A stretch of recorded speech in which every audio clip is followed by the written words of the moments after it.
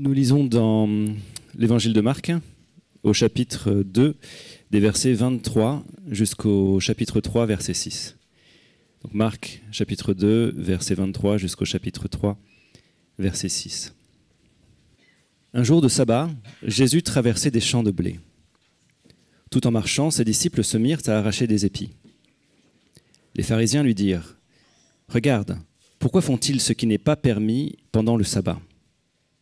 Et Jésus leur répondit : « N'avez-vous jamais lu ce qu'a fait David lorsqu'il a été dans le besoin et qu'il a eu faim, lui et ses compagnons ? Il est entré dans la maison de Dieu, à l'époque du grand prêtre Abiatar, à manger les pains consacrés qu'il n'est permis qu'aux prêtres de manger, et il en a même donné à ses compagnons. Puis il leur dit : Le sabbat a été fait pour l'homme, et non l'homme pour le sabbat, de sorte que le Fils de l'homme est le Seigneur même du sabbat. Jésus entra de nouveau dans la synagogue. Il s'est trouvé un homme qui avait la main paralysée. Ils observaient Jésus pour voir s'il le guérirait le jour du sabbat. C'était afin de pouvoir l'accuser. Jésus dit à l'homme qui avait la main paralysée : « Lève-toi, là, au milieu. » Puis il leur dit : « Est-il permis, le jour du sabbat, de faire du bien ou de faire du mal, de sauver une personne ou de la tuer ?» Mais ils gardèrent le silence. Alors il promena sur eux un regard de colère, et, peiné de l'endurcissement de leur cœur, il dit à l'homme : « Tends ta main. » Il la tendit, et sa main fut guérie. Les pharisiens sortirent et tinrent aussitôt conseil avec les Hérodiens sur les moyens de le faire mourir. Dieu et Père, nous savons que nous avons besoin de ton aide si nous allons savoir ce qui est vrai et pouvoir faire la part des choses entre ce qui est vrai et ce qui est faux. Merci parce que tu ne nous laisses pas dans l'obscurité et les tâtonnements, mais tu nous parles clairement pour nous parler des choses qui te sont les plus chères et qui pour nous sont les plus importantes. Accorde-nous d'avoir des oreilles ouvertes et un cœur docile et enseignable pour recevoir ce que tu veux nous dire ce matin. Amen.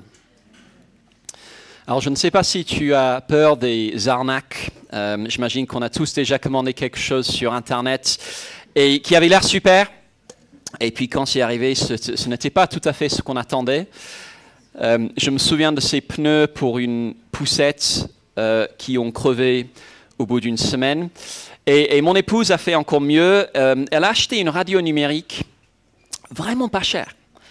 Une vraie trouvaille qui, quand elle est arrivée, s'est avérée être une coque protectrice pour radio numérique. Alors j'ai pris une résolution avant d'acheter. Je lis les commentaires des clients et aussi des blogs de consommateurs pour avoir l'avis de personnes qui s'y connaissent. Parce que si des personnes qualifiées pour avoir un avis juste rejettent le produit, peut-être qu'il faut se méfier. Et ce matin, on va se poser la question, si Jésus est si bon, pourquoi des personnes dont l'avis est respecté le rejettent ? Pourquoi Jésus est-il rejeté par des personnes dont l'avis fait autorité ? Pense aux personnes que tu côtoies le plus souvent, tes collègues, tes chefs, tes camarades de classe, tes profs. Combien reconnaissent Jésus comme roi ? Pense aux personnes qui ont le pouvoir, nos dirigeants, les grands patrons d'entreprise. Combien reconnaissent Jésus comme roi ? Pas beaucoup. Pense aux personnes les plus influentes et respectées de nos jours, membres de l'élite intellectuelle, certains médias, les militants pour certaines causes.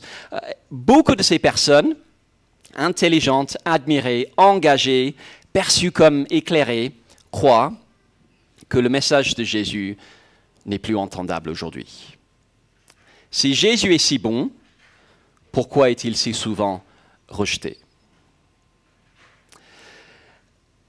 Et ce qui pourrait nous déstabiliser encore plus, c'est le fait que même à l'époque de Jésus, beaucoup des personnes les mieux placées pour le reconnaître l'ont rejeté aussi. On ne parle pas de personnes vivant 2000 ans plus tard, on parle des personnes qui étaient là, qui étaient des personnes instruites, religieuses, versées dans les Écritures, qui avaient côtoyé Jésus de près et qui pourtant l'ont rejeté. Parce que c'est ça la conclusion du passage de ce matin. Regardez Marc 3 et le verset 6, le dernier verset du texte que Vincent a lu. Les pharisiens sortirent et tinrent aussitôt conseil avec les Hérodiens sur les moyens de le faire mourir. Ces dernières semaines dans Marc, on a vu Jésus arriver avec un projet à la fois radical et réjouissant. Il annonce que le royaume de Dieu s'est approché. Il suffit de lire les infos 2 minutes pour savoir que le monde va mal, mais Dieu a un plan de sauvetage. Et Jésus arrive en disant qu'il a l'autorité d'accomplir ce plan de sauvetage. On a vu son autorité pour traiter les symptômes de ce monde, le mal, la maladie, la souffrance. On a vu son autorité pour traiter la cause d'un monde qui va mal. Il peut pardonner les péchés. Comme on a vu dimanche dernier, il est venu comme le médecin dont le monde a besoin, et pas seulement comme le médecin, mais aussi comme le mari dont le monde a besoin pour nous faire entrer dans une relation joyeuse avec Dieu. Il arrive avec un grand projet et de grandes prétentions. Mais si Jésus est si bon que ça, pourquoi les personnes les plus qualifiées et les plus respectées le rejettent? On va voir ce matin qu'il n'y a pas d'arnaque. Simplement, le royaume de Jésus est juste trop grand, trop bon et trop extraordinaire pour être enfermé dans nos petits royaumes personnels. Le royaume de Jésus, c'est le repos réel et éternel. Mais tant que quelqu'un s'accroche à son petit royaume personnel, aussi respectable que puisse paraître ce petit royaume, il rejettera Jésus et ce qu'il offre. 2 points ce matin. Il faut avancer, je crois. Il faut avancer d'une slide, merci. D'abord, le repos pas très réglo du roi. Et ensuite, les réglos rejettent le repos pour rester roi. Le repos pas très réglo du roi. Chapitre 2, verset 23. Il faut me pardonner mon goût pour les allitérations. On ne se refait pas. Chapitre 2, verset 23. Un jour de sabbat, Jésus traversait des champs de blé. Tout en marchant, ses disciples se mirent à arracher des épis. Les pharisiens lui dirent « Regarde, pourquoi font-ils ce qui n'est pas permis pendant le sabbat ?» La première chose à voir, c'est que le roi Jésus offre quelque chose qui déborde le cadre de tout système humain, religieux ou autre. Il offre le repos réel et éternel. Dans ma cuisine, on a un four avec plusieurs fonctionnalités intéressantes. Il y a un mode pyrolyse qui est censé le nettoyer, mais qui 2 fois déjà a fait exploser la porte du four et arroser la cuisine d'éclats de verre, ce qui fait des repas assez croquants après. Mais il a aussi un mode Shabbat. Un mode Shabbat qui permet de maintenir le four chaud et donc de chauffer des plats sans avoir à actionner des boutons le samedi, parce que pour certains juifs pratiquants, ce serait considéré comme étant du travail. Et c'est un peu l'attitude qu'on voit dans ce passage. Jésus traverse un champ avec ses disciples, ils ont faim, ils arrachent juste quelques épis de blé et les mangent en marchant. Réaction immédiate des pharisiens, regarde, ils font ce qui n'est pas permis pendant le sabbat. Alors, qui étaient les pharisiens? Les pharisiens étaient un mouvement religieux qui prônait une application stricte de la loi de l'Ancien Testament. Et ils prenaient la loi et pour être sûrs de la suivre le plus fidèlement possible, ils ajoutaient plein de règles supplémentaires. On a retrouvé un document qui liste 39 types de travail interdits pendant le sabbat. semer, labourer, moissonner, mettre en gerbe, battre le grain, vanner, cribler, moudre, tamiser, pétrir, cuire, etc. Je pourrais continuer, je ne sais pas ce que veulent dire la plupart de ces mots, mais la liste est longue. Alors si on voit les pharisiens comme les grands méchants, détrompons-nous. Ils étaient super respectés.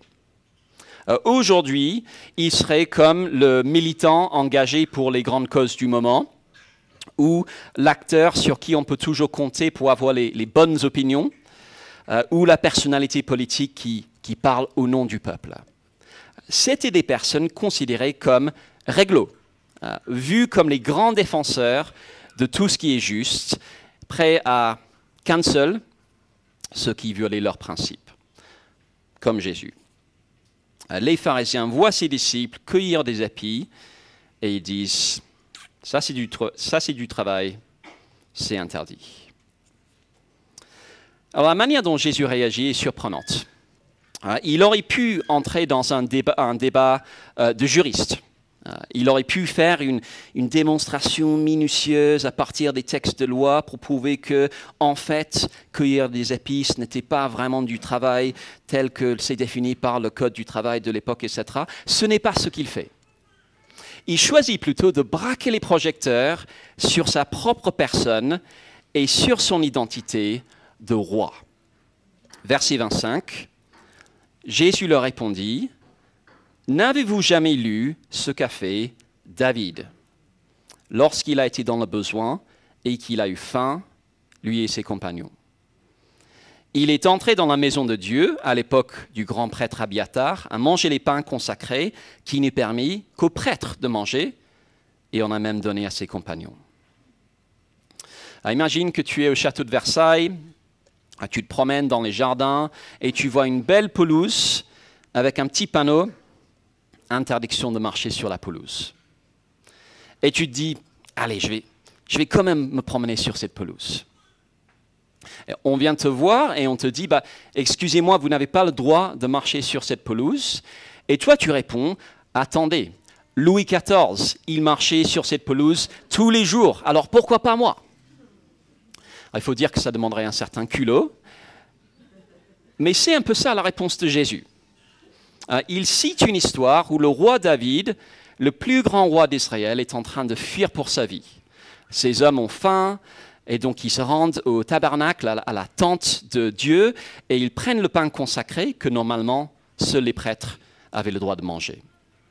Ils font ce que, selon une interprétation stricte de la loi, ils n'avaient pas le droit de faire, mais jamais David n'est condamné pour avoir fait cela.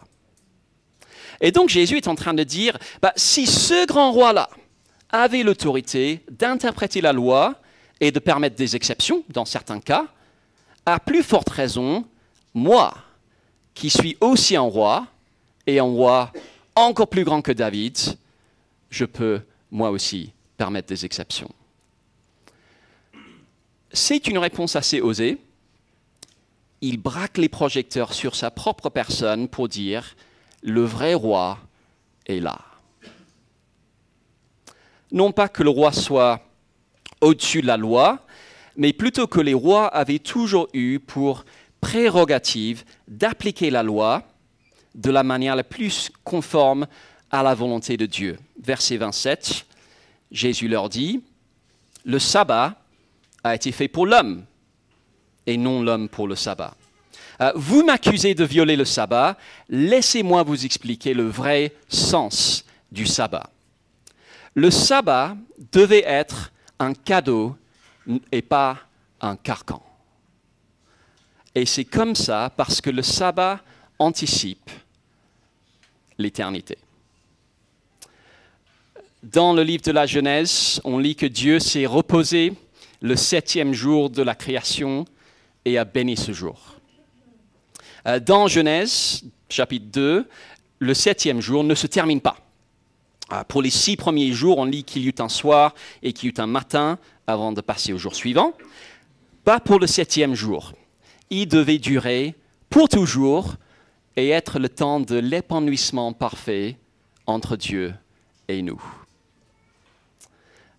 Le péché d'Adam et Ève leur a fait perdre ce privilège, Mais dans sa grâce, Dieu a donné à leurs descendants, les Israélites, le jour du sabbat, un jour pour se reposer, mais surtout un jour qui devait servir de rappel que son projet de repos éternel était toujours d'actualité, toujours prévu, toujours à l'ordre du jour.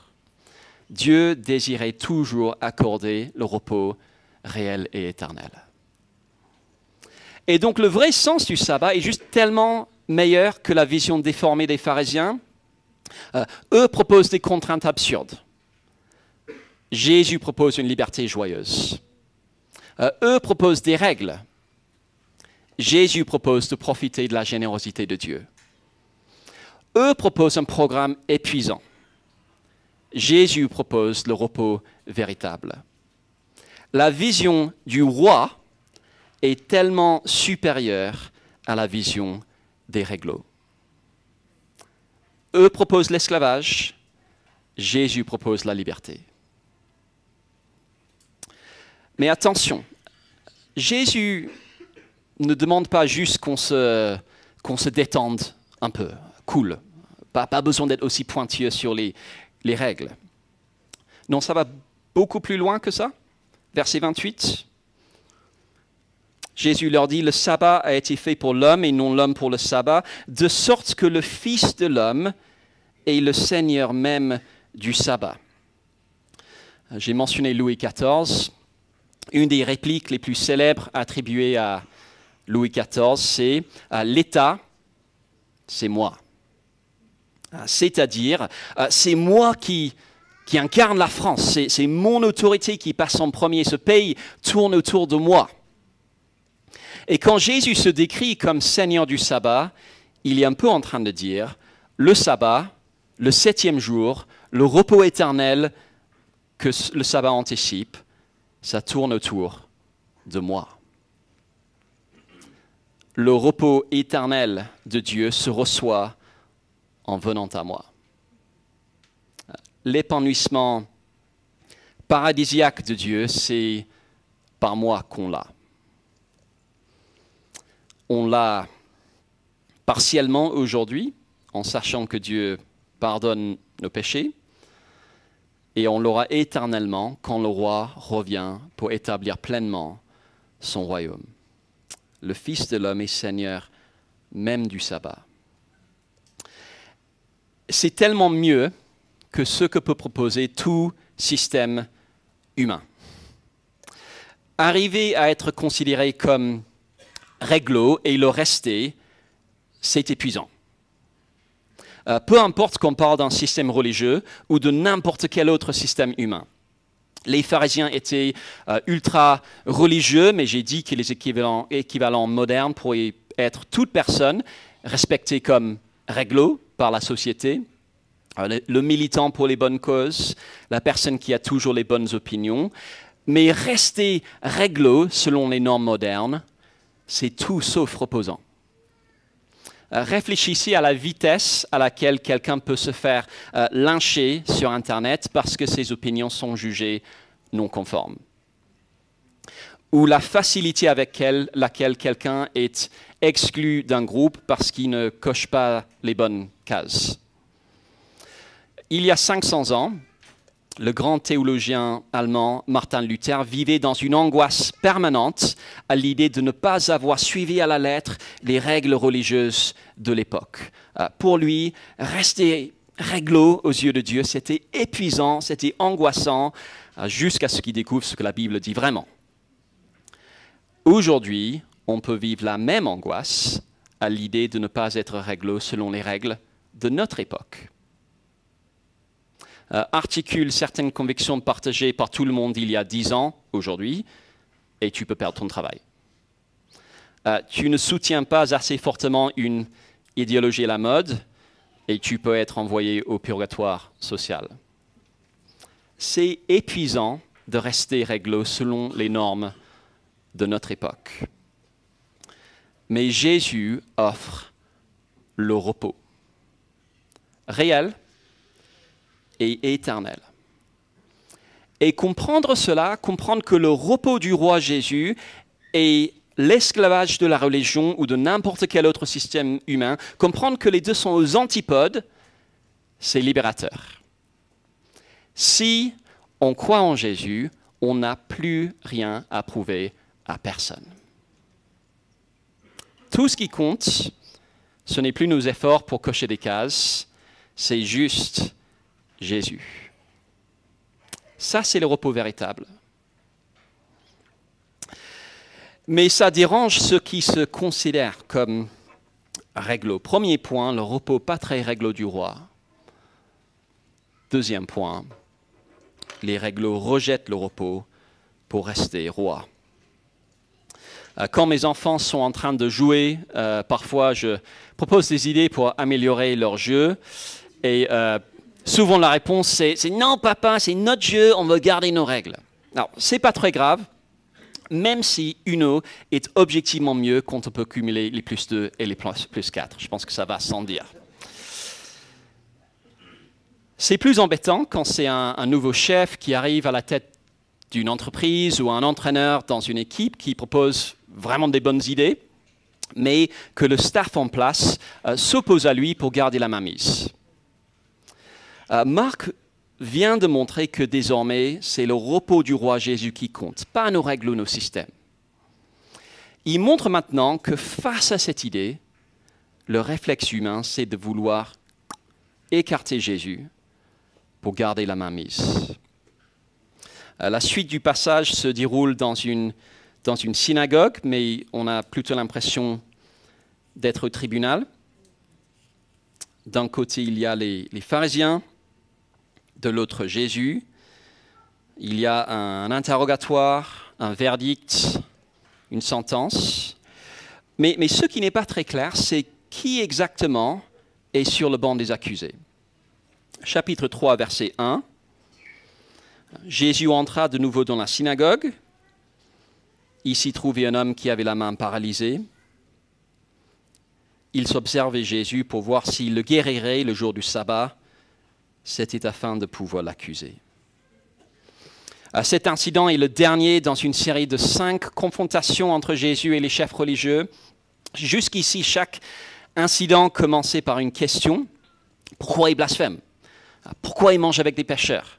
Pourquoi ses disciples ne jeûnent pas? Pourquoi ils font ce qui n'est pas permis le sabbat? Cette fois-ci, le schéma est inversé. Les pharisiens observent Jésus en silence et c'est Jésus le juge qui pose les questions. C'est encore le sabbat. Dans la synagogue, il y a un homme avec une main paralysée. Les pharisiens considèrent que guérir cet homme, ce serait du travail. Alors Jésus dit à l'homme qui a la main paralysée de se lever en plein milieu de la synagogue. Alors, je sais que c'est le dimanche matin, on se sent peut-être un peu mou, mais je vais quand même nous demander de travailler un petit peu. Regarde le verset 4 et pose-toi la question, de quoi Jésus parle exactement dans ce verset? Il leur dit, est-il permis le jour du sabbat de faire du bien ou de faire du mal, de sauver une personne ou de la tuer? De quoi est-ce qu'il parle? D'un côté, c'est évident qu'il parle du fait de guérir l'homme. Est-ce que Dieu voulait qu'on ferme les yeux sur la souffrance pendant le sabbat? Non. Il met encore en lumière l'intention première de Dieu pour le sabbat, le repos au sens large, corps, âme et esprit restaurés. Si on connaît le caractère de Dieu et qu'on est un minimum objectif, c'est évident que Jésus était autorisé à guérir cet homme. Mais je ne sais pas si tu as remarqué quelque chose de bizarre à la fin du verset 4. Jésus demande si c'est permis le jour du sabbat de sauver une personne ou de la tuer. Qui parle de tuer? L'homme a un problème avec sa main, il n'est pas en danger mortel. Non, à mon avis, la question peut se comprendre d'une autre manière. Vous est-il permis, le jour du sabbat, de me faire du bien ou de me faire du mal, de me sauver ou de me tuer? Jésus connaît leur hostilité, il sait qu'il les a dérangés, il sait qu'il cherche juste un prétexte pour l'écarter. Et donc il leur demande, vous est-il permis le jour du sabbat de chercher à me tuer, moi qui n'ai jamais fait ni voulu de mal à qui que ce soit? Leur réaction, fin du verset 4, un silence coupable. L'orgueil humain, quand il est piqué au vif, peut faire des choses très laides.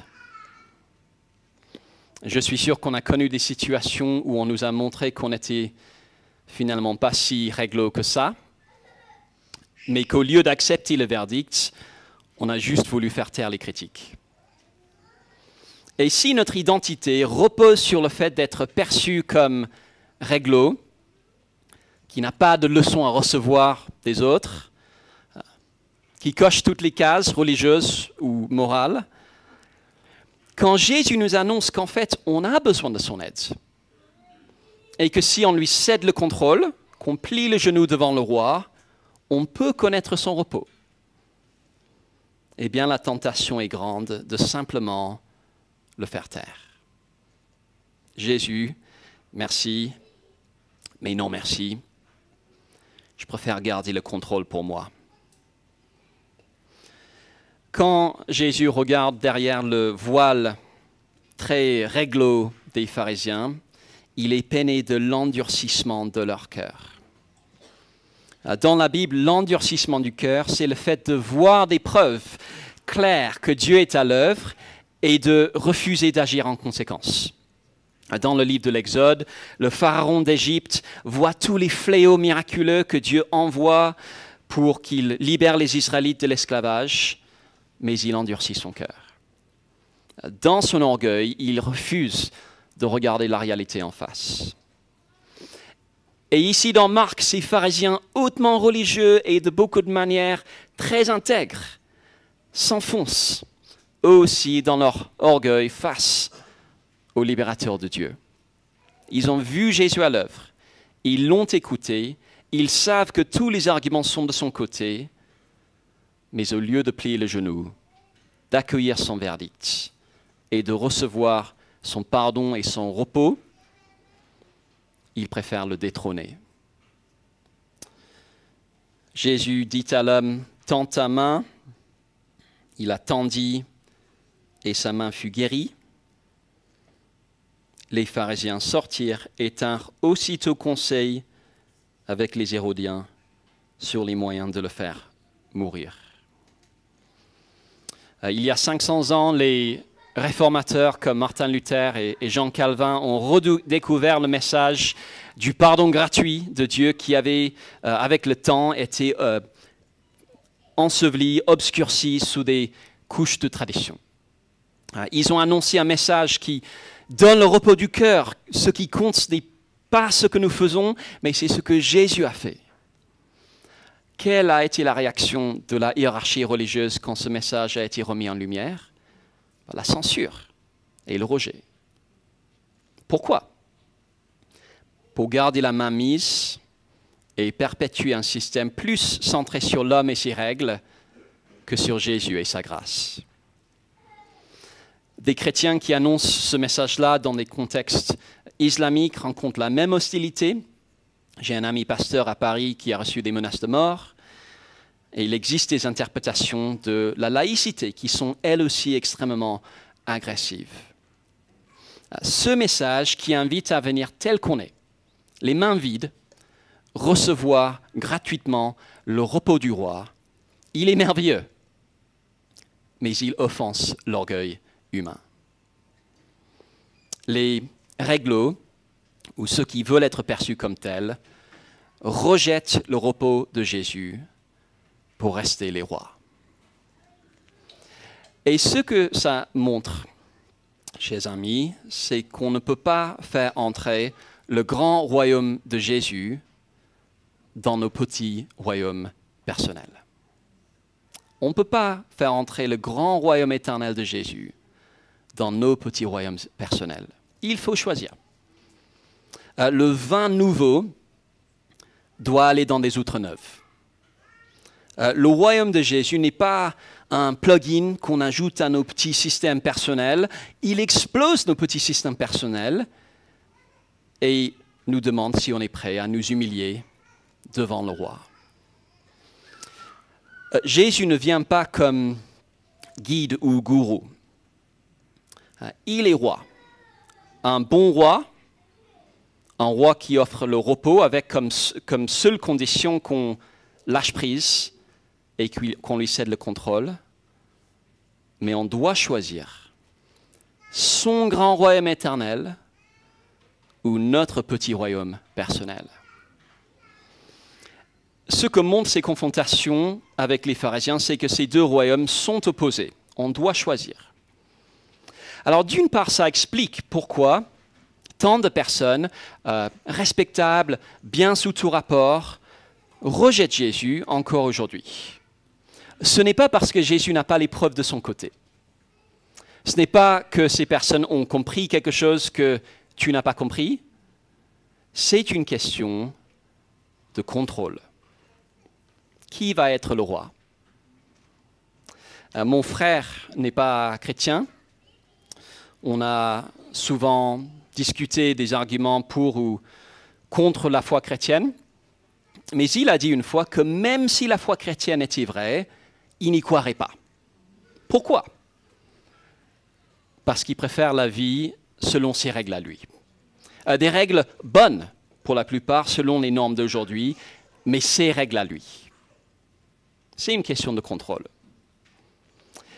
Et c'est triste, Jésus est peiné devant des cœurs endurcis, mais d'un autre côté, en fait, ça nous rassure. Fondamentalement, le rejet de Jésus n'a jamais ses racines dans la rationalité. Ça, c'est juste un écran de fumée. Il a toujours ses racines dans la rébellion. S'accrocher à nos systèmes au lieu de s'incliner devant son salut.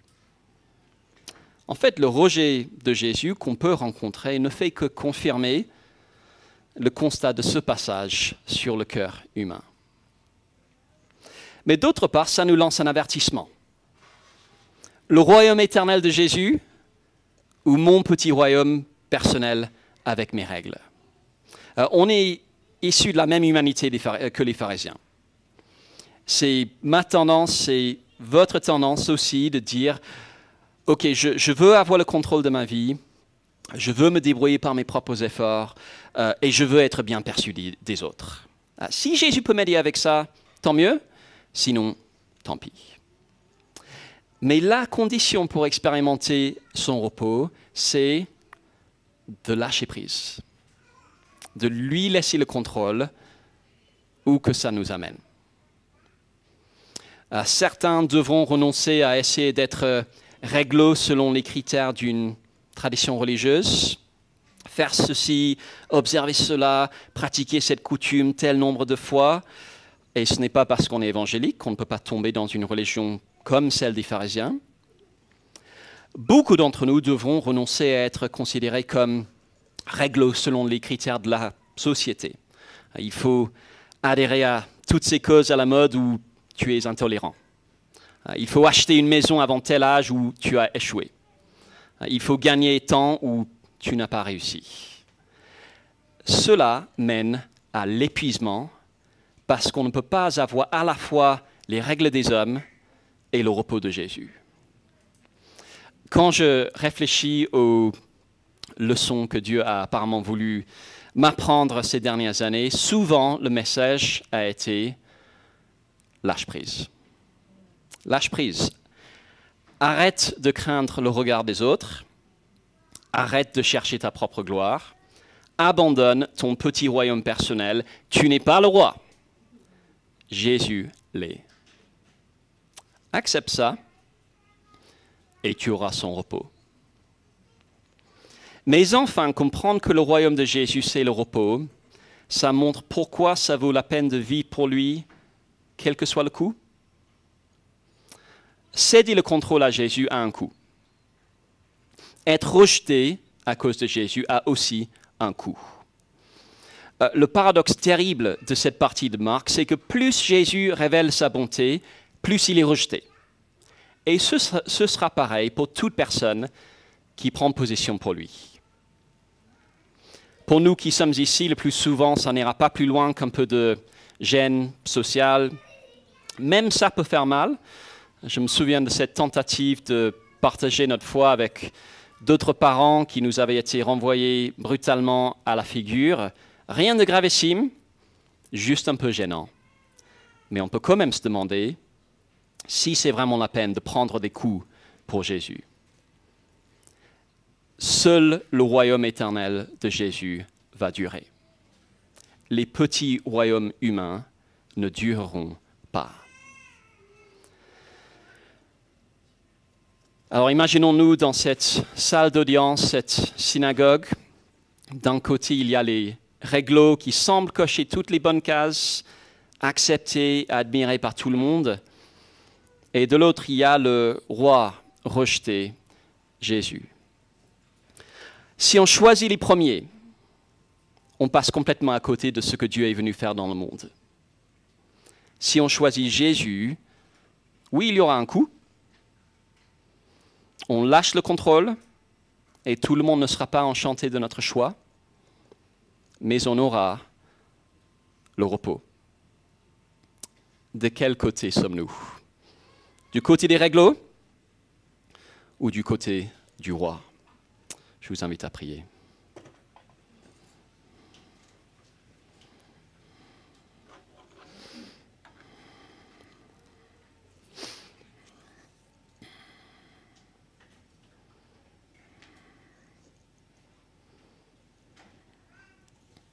Le Fils de l'homme et Seigneur même du sabbat, Dieu et Père, nous te remercions d'avoir envoyé Jésus dans le monde, ton roi, le grand médecin, le mari, l'époux promis, celui qui inaugure ton repos réel et éternel. Merci parce que si on s'incline devant Jésus, ce sont des réalités qui commencent pour nous dès aujourd'hui. Mais tu connais nos tendances à s'accrocher à nos petits mondes, nos petits royaumes personnels. Montre-nous plus clairement la folie de cela, afin qu'on cède pleinement le contrôle au roi Jésus. Amen.